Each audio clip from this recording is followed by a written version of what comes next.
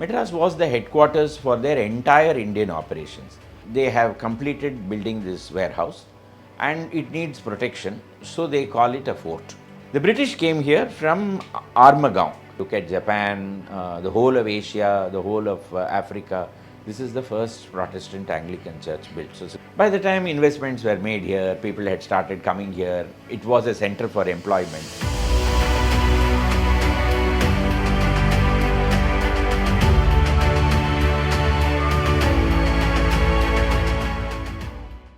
Hello Ritz viewers, so today we have Mr. Sriram with us, historian. So we are going to talk more about the evolution of this Chennapatnam or Madras or Chennai. So hello sir, welcome Hi. to the show. Thank you, and such a pleasure to be a part of your show. Madras Sutti Paaka Poren. So this song is really famous and very intriguing for people who are born and brought up in Madras. So before we know the fact that Chennai or Chennapatnam or whatever it is, how did Madras get a status symbol when it was being colonized by the British? See, the reason why it gets a status is because it becomes a capital for the British. So initially, long before, I'm talking about 1650s and all that, Madras was the headquarters for their entire Indian operations. Later on, they get Calcutta, they get Bombay, and then finally by the 1750s, Calcutta becomes the most important center, and then Madras fades away basically. But it is, already it had around 100 years of existence. By the time investments were made here, people had started coming here, it was a center for employment, then it carried on from there happily for a long time. It still does. It still does, yeah, definitely. So according to history, what we hear is the Dutch came here for the first time in India. They came here in Madras. So, after Majulipatnam, it was Madras. So, what was so special about Madras back then, sir? There was nothing special, and the Dutch were not here. The Dutch were in a place called Pulikat or Palaverkadu. The British came here from Armagaon, that is Durgarayapatnam, and then they came here. After Machilipatnam had failed, they could not sustain themselves there, they came here. There was nothing. Basically, it was just a piece of sand with a few fishermen, fishing villages present, that's all. And that is all they got out of the Nayak of Vandavasi. So after that, they began developing it as a warehouse and a center for business. And that is how it slowly, became a location or a locality. Initially, at least up to the 1680s, this was not any different from Machilipatnam or Palaverkadu or Sadras or Santhome, which was a Portuguese town. They were all having roughly the same status. And if you read a book by Chinnappa Arasaratnam, which is really probably the most scholarly book written on the history of this coast, you will find that there were so many other towns, Bhimalipatnam, Nagapatnam, so many others. Any one of them could have become Madras. Okay. It is just that they did not, and this city had to survive. It's all written here, and then gradually it became the capital of an entire region. Okay. All the others faded away. The identity is basically the St. George Fort. So இன்னைக்கு கூட நம்ம அந்த கோட்டை அப்படின்னு சொல்லும்போது it's a very majestic thing to brag on our shoulders saying we have this beautiful கோட்டை. So please take us through the evolution of கோட்டை. So 1639 they get 2 square miles of land, and then in that they have to build a warehouse. So by 1640 they have completed building this warehouse, and it needs protection, so they call it a fort. And it doesn't have any great walls at that time. Ippo ninga, when you go to Fort St. George, you have the assembly cum secretariat building, which is right in the front. Yeah, right in the front. As soon as you enter, you see assembly and secretariat building. The original fort was only that size. And in the middle of it, there was a building which was called Fort House, which is where the governor lived. The governor lived on the top floor. In the middle floor, they had all the other people living. Ground floor, there was a chapel. There was a place to have common dining facilities. That's all. That was Fort St. George. Even today, the Chief Minister's chamber and surrounding areas, I am told, incorporate some parts of that old structure, which I have not been there, so I have not been able to see. So that is how it was in 1640. It was just a small building. Then came the next phase of expansion. By the 1680s, the fort had become roughly what you see today. it had a river flowing inside it. That river is no longer in existence. That is what was called the Elembore River or North River. Today that is Buckingham Canal, and that has completely changed in its direction and all that. So the fort today, what you see of the fort is all post 1750. The French came in 1746, they left in 1749. They destroyed a considerable part of the fort when they left. Later on they came back again in the 1750s, they laid siege to the fort. They again bombarded. Every building of more than one story was destroyed except for the Church of St. Mary's. So everything else was constructed after the French left. So the Church of St. Mary's is effectively one of the oldest parts of the fort today because it dates to 1678.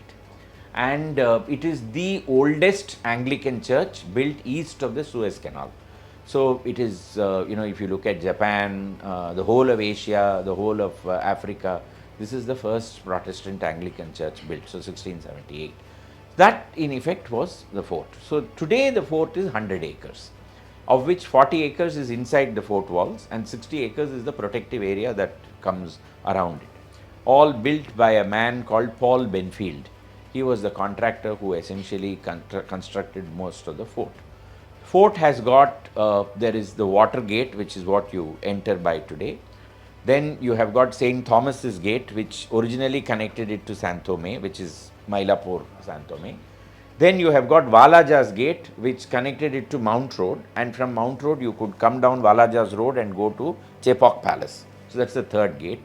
Fourth gate is St. George's Gate, which connects you to the Kuam and then across the Kuam into Mount Road once again. Fifth gate is closed permanently, that's called the Chowdhury Gate. Sixth gate is called the North Gate. If you walk out of North Gate, eventually you will reach the High Court and then you can go to the old forts, that is Muttayalpete, Pedanayakapete. You can reach all these locations. So these are essentially the 5 or 6 gates of the fort. And then there are 1, 2, 3, 4, 5, 6, 7, 8, 9, there are 9 streets inside the fort, which is where the English lived up to 1799. So it was a residential area also. So now you can't, when you go there, you can't make out all of it, much of it is reconstructed. But it is still a very interesting historical place. Today when you go to the fort, most people will see only the Fort Museum and the Church of St. Mary. But there are 25 different locations that you should see in the fort. Most people don't go to any of those.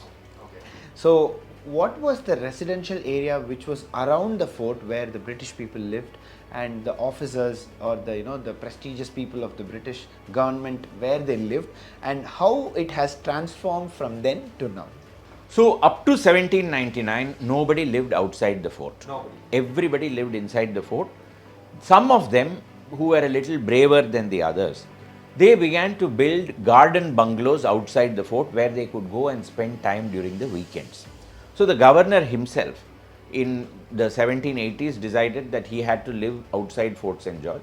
So they built a huge garden, which is today the Omandurar government estate, where you've got the multi-speciality super referral hospital. So that was the government garden bungalow, which is where the governor used to live.